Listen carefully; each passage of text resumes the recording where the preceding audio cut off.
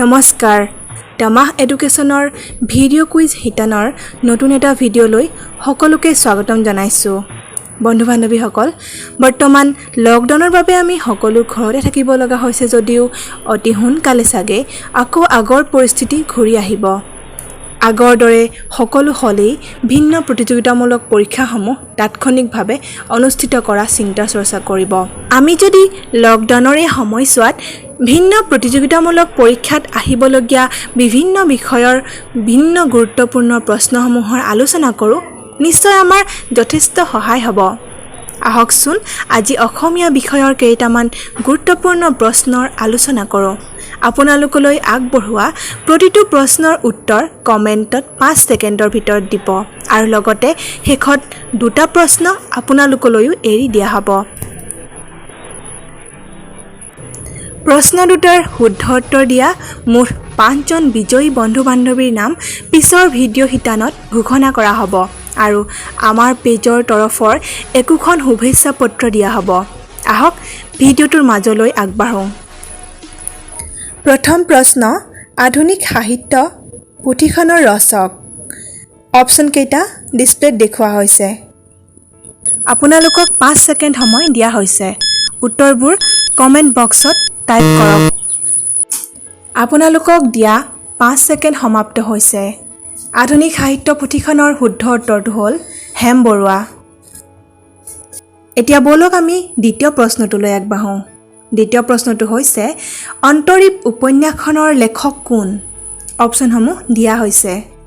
আপোনালোকৰ 5 ছেকেণ্ড সময়ৰ ভিতৰত কমেন্টত টাইপ কৰক আপোনালোকক দিয়া সময় সমাপ্ত হৈছে অন্তৰীপ উপন্যাসখনৰ লেখক হ'ল ডক্টৰ ভবেন্দ্ৰনাথ শইকীয়া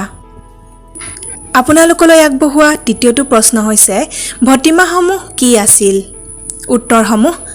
ডিসপ্লেত দেখুওৱা হৈছে আপোনালোকে শুদ্ধ উত্তৰটো বিচাৰ কৰক আৰু 5 ছেকেণ্ড সময়ৰ ভিতৰত টাইপ কৰক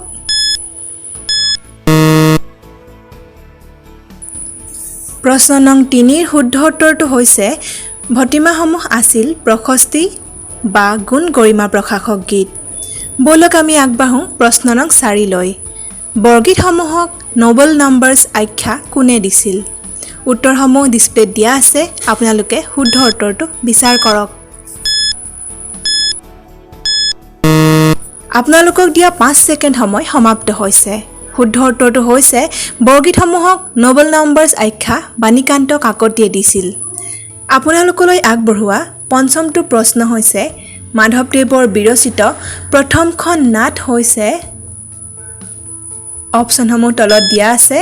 আপোনালোকে শুদ্ধ উত্তৰটো কমেন্টত টাইপ কৰক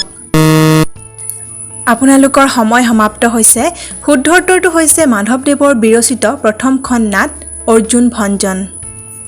প্ৰশ্ন নং 6 লক্ষ্মীনাথ বেজবৰুৱাই লিখা একমাত্ৰ উপন্যাসখনৰ নাম কি অপচনবোৰ তলত দিয়া আছে আপোনালোকে শুদ্ধ উত্তৰটো কমেন্ট কৰক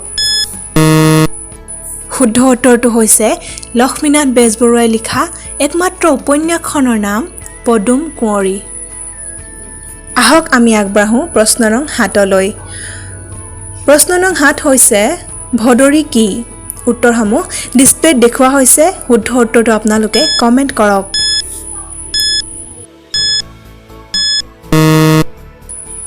আপোনালোকৰ 5 ছেকেণ্ড সময় সমাপ্ত হৈছে উত্তৰটো হৈছে ভদৰী হ'ল লক্ষ্মীনাথ বেজবৰুৱাৰ চুটি গল্প প্ৰশ্ন নং 8 পদ্মনাথ গোহাঁই বৰুৱাই ৰচনা কৰা অন্তিমখন নাটক হৈছে উত্তৰসমূহ ডিসপ্লেত দেখুওৱা হৈছে আপোনালোকে শুদ্ধ উত্তৰটো বিচাৰ কৰক আৰু কমেন্ট কৰক আপোনালোকৰ সময় সমাপ্ত হৈছে উত্তৰটো হৈছে পদ্মনাথ গোহাঁই বৰুৱাই ৰচনা কৰা অন্তিমখন নাটক হৈছে বান ৰজা আপোনালোকলৈ বুলি আগবঢ়োৱা নৱমটো প্ৰশ্ন লীলা কাব্যৰ ৰচক কোন উত্তৰসমূহ ডিসপ্লেত দেখুওৱা হৈছে শুদ্ধ উত্তৰটো বিচাৰ কৰক আৰু 5 ছেকেণ্ড সময়ৰ ভিতৰত কমেন্ট কৰক আপোনালোকৰ 5 ছেকেণ্ড সময় সমাপ্ত হৈছে শুদ্ধ উত্তৰটো হৈছে লীলা কাব্যৰ ৰচক পদ্মনাথ গোহাঁই বৰুৱা আজিৰ কুইজ শিতানৰ শেষৰটো প্ৰশ্নলৈ আগবাঢ়িছোঁ প্ৰশ্নটো হৈছে ডক্টৰ নিৰ্মল প্ৰভা বৰদলৈৰ প্ৰথম কবিতা পুথি কি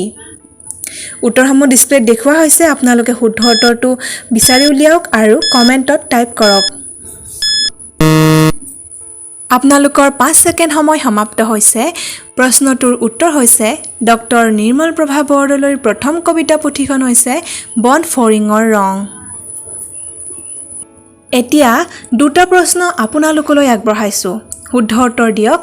আমি লটাৰী যোগে আপোনালোকৰ মাজৰ মুঠ 5 জনৰ নাম প্ৰকাশ কৰিম প্ৰশ্ন নং 11 চন্দ্ৰকুমাৰ আগৰৱালাৰ সম্পৰ্কে কোনটো মন্তব্য গ্ৰহণযোগ্য উত্তৰকেইটা ডিসপ্লেত দেখুওৱা হৈছে আপোনালোকে কমেন্ট কৰি শুদ্ধ উত্তৰটো আমালৈ পঠাব আপোনালোকলৈ বুলি আগবঢ়োৱা শেষৰটো প্ৰশ্ন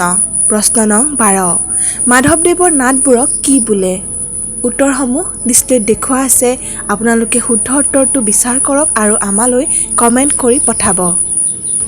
অহা সপ্তাহত কুইজৰ নতুন এটা খণ্ড লৈ আকৌ আহি আছো আপোনালোক সকলোৰে সহায় সহযোগিতা কামনা কৰিলো আমাৰ এই প্ৰচেষ্টাৰ অংশীদাৰ হওক আৰু লাইক কমেন্ট আৰু শ্বেয়াৰ কৰিবলৈ নাপাহৰিব ধন্যবাদ